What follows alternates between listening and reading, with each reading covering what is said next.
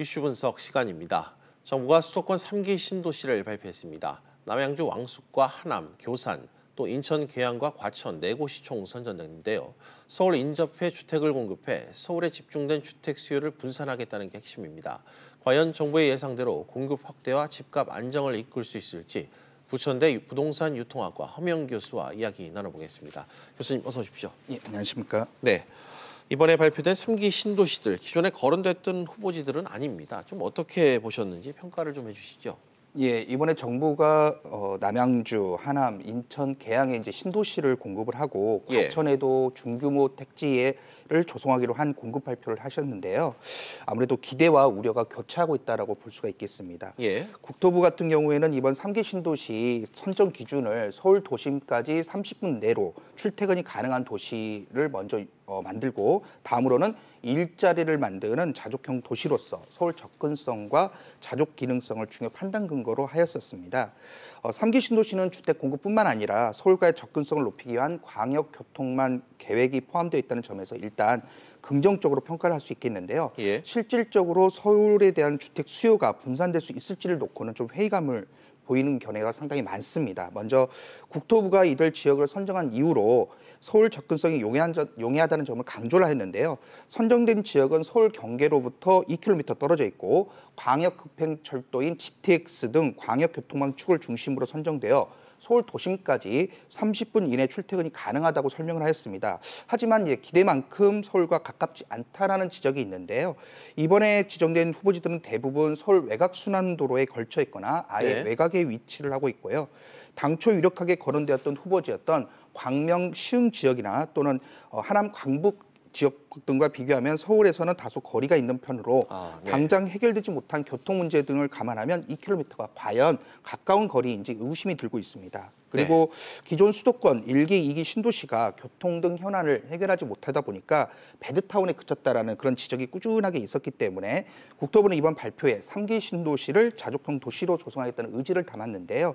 기존보다 2배 이상 도시 지원 시설 용지를 높이고 기업 지원 허브를 조성하기로 하였습니다. 하지만 국토부의 청사진처럼 도시 지원 시설 용지를 확보를 해도 당장 자족 기능을 생기기는 쉽지 않을 전망인데요. 수도권 신도시 중 유일하게 직주 근접형인 자족도시인 판교처럼 되려면 기업이 장기적으로 안착할 수 있는 환경을 꾸준히 조성해야 되는 등 그 내부 기능 강화가 필요한 시점입니다. 3기 신도시가 이 서울과 연결하는 광역교통망 계획 영향을 받는 신도시 예정 지역 주변 지역들 같은 경우는 개발 호재가 공인됐기 때문에 단기적으로는 주택가격 상승 등 활기를 띨 것으로 예상이 되는데요. 당장 물량이 늘어나는 것은 아니지만 이 같은 정책의 발표는 심리 요인을 잠재우는 효과가 있기 때문에 잠재적 수요자들은 당분간 주택 수요를 좀 보유를 하실 거고 앞으로 나오는 신규 공급에 염두를 두시기 때문에 수요가 줄면서 주택가격 안정 효과를 기대할 것으로 이렇게 예상이 되고 있습니다. 네. 문제는 이 3기 신도시로 수도권 공급이 늘어날 경우 정부의 의도대로 과연 집값이 잡히겠느냐, 좀 이 부분일 것 같은데 과연 좀 집값 안정에 도움이 될지 교수님께서는 어떻게 전망을 하고 계십니까? 예, 사실 단기적으로는 안정화 효과는 별로 없다라고 이렇게 파악을 하고 있는데요. 이론적으로 대규모 택지가 조성이 되면 아무래도 토지 가격이 상승이 될 거고 이런 토지 가격의 상승은 주택 가격 상승으로 영향을 미칠 수밖에 없기 때문에요. 단기적 측면에서는 주택 가격이 상승할 것으로 이렇게 예측이 되고 있습니다. 실제 과거의 사례를 보더라도 입주 전까지는 오히려 그 해당 지역은 개발 호재로 인식이 되기 때문에 주변 토지 가격이 올라가게 되고 이런 경우들이 상당히 많았습니다. 그런데 이제 현재 거시 경제이던 그 시장 여건이 상당히 좋지 않기 때문에 과거처럼 가격이 폭등하는 그런 불안한 양상은 나타나지 않을 것으로 예상이 되고 있는데요.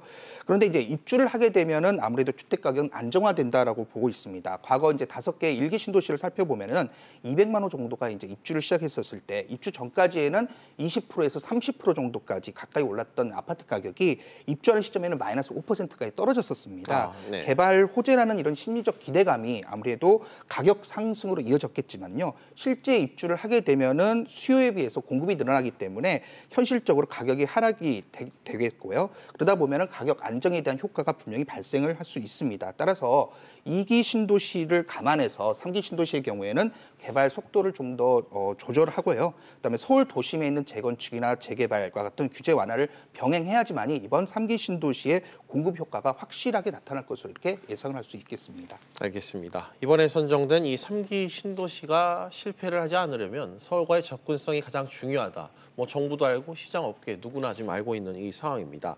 광역 교통망 구축 계획을 그래서 함께 내놨는데 과연 주택 공급에 맞춰서 교통이 좀 제대로 구축이 될지 의문이다. 이런 지적이 좀 많아요. 어떻습니까? 예, 이번 3기 신도시의 성패 여부는 이 교통망을 어떻게 확충하냐에 예. 달렸다라고 해도 과언이 아닌데요. 아무래도 궁극적 목적이 서울에 있는 주택 수요를 분산하는 것도 있겠고요. 그다음에 서울과의 접근성을 높이는 교통망을 확보를 해야지만이 아무래도 이 분산의 효과를 더 극대화시킬 수 있다라고 이렇게 판단이 되고 있습니다. 결국 3기 신도시의 핵심 키워드는 서울까지 30분 내 출퇴근, 특히 이제 김영미 국토부 장관도 말씀을 하셨지만은요. 예. 수도권 광역 급행철도라는 GTX에 대한 착공 여부가 아주 크다라고 이렇게 강조를 하고 있는데요.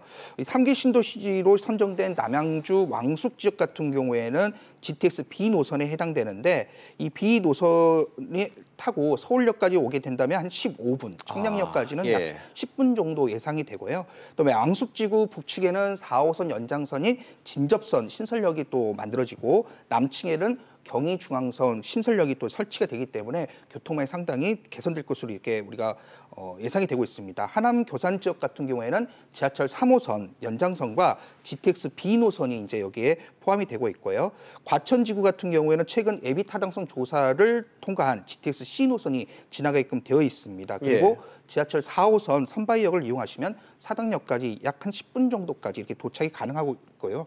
인천 계양지구 같은 경우에는 지하철을 신설은 없지만은 이 간선 급행버스인 BRT를 계획을 하고 있습니다. 그래서 이 BRT를 타고 김포공항역까지 오신다고 한다면요. 여의도까지 한 25분 이내에 출퇴근이 가능하기 때문에 정부 계획대로만 실행이 된다면 30분 내에 서울 도심까지의 도착은 가능할 것으로 이렇게 보입니다. 그런데 이제 문제는 이 GTX 3개 노선 중 가장 사업 진행이 빠른 GTX A 노선 같은 경우는 빨라야 2023년도고요. 그다음에 연내 착공의 목표인 A 노선 같은 경우에는 지금 2014년도에 예비 타당성 조사를 통과를 했는데 4년 10개월이 지난 이제서야 착공이 들어가거든요. 그만큼 이제 오랜 시간이 걸린다라는 게 문제가 되고 있고 GTX C 노선 같은 경우도 최근 예비 타당성 조사를 통과를 했기 때문에 국토부 계획대로 사업이 추진된다고 하더라도 착공은 2021년, 개통은 2026년 가능하기 때문에요. 3기 신도시의 신규 공급이 예정 시점보다 교통망 공사가 좀 더 늦어질 수밖에 없는 그런 상황이 있습니다. 그래서 이 교통망 공급 자체가 빨리 착공이 되어야지만이 3기 신도시가 안착될 수 있을 것으로 이렇게 판단이 되고 있습니다. 네, 이런 가운데 3기 신도시 발표 현장에서 이 박원순 시장이 함께 있었습니다. 그린벨트 해제는 없다며 계속 맞서왔고 국토부 요구를 받아들이지 않았고 결국 이 대신에 선택한 카드가 유유지를 활용해서 주택을 공급하겠다. 이런 내용이었는데 주요 유유 부지들 좀 어떻게 평가를 하실 수 있을까요? 네, 서울시가 이번에 2만 5천 호 물량 이외에 5만 5천 호 물량을 공급해서 추가로 공급해서 약 한 8만 호 정도를 공급하겠다. 대신 그린벨트 해제는 없다라고 이렇게 이제 발표를 했었습니다. 그러다 보니까 서울시는 이제 그린벨트를 어떻게 보면 해제해서 방어를 했다라고 표현을 할 수가 있겠는데요. 이 서울시에 있는 유유 부지들, 특히 이제 지금 아직은 활용되지 않는 시유 부지들을 이용을 하게 되면은 직주 근접이 가능한 주택 공급이 더 빠르게 일어날 수 있다라고 이렇게 파악이 되고 있고요. 또 하나가 이제 저층 주거지에 대한 부분을 활성화를 통해서 용적률을 완화를 통해서 더 많이 고층화시키게 된다면은 공급량을 더 늘릴 수 있다라고 파악을 하고 있고요. 그다음에 소규모 정비 사업을 통해서 층수를 완화하게 되면 사업성도 좋아지게 되고 공급도 더 빨라질 것으로 이렇게 예상이 되고 있습니다. 그런데 이제 문제가 되고 있는 게 일부 자치구에서는 서울시가 어떤 협의 없이 사전 협의 없이 일방적으로 부지 공급을 결정한 데서 불만을 나타내고 있고요. 이 정부에 대한 주택 공급 정책의 비판적 태도를 좀 보이는 것들이 있기 때문에 지역 반발을 좀 풀어야 된다는 그런 숙제가 남아 있는 상황입니다. 알겠습니다. 마지막으로 최근 부동산 시장 9.13 대책 이후 계속해서 좀 얼어붙고 있는 모습입니다. 주간 단위로 아파트 가격이 조금씩 계속 떨어지고 있는데 앞으로 부동산 시장 어떻게 움직일지 마지막으로 한 말씀 부탁드립니다. 예, 이번 9.13 부동산 대책 같은 경우에는 과거 참여정부의 8.31 대책보다 더 센 것으로 이렇게 파악이 되고 있고 좀 이제 속도는 더디지만은 상당히 강력한 것으로 예상이 되고 있고요. 지금 현재 하락세 같은 경우는 내년 초까지 이어질 것으로 전망이 되고 있기 때문에 아무래도 부동산 시장이 좀 더 침체가 되지 않을까 우려가 되고 있고 특히나 수도권에 비해서 지방의 침체가 더 더 큰 문제가 될 것으로 이렇게 예상이 되고 있습니다. 알겠습니다. 지금까지 부천대 부동산 유통학과 허명 교수와 이야기 나눠봤습니다. 교수님 오늘 말씀 고맙습니다. 네, 감사합니다.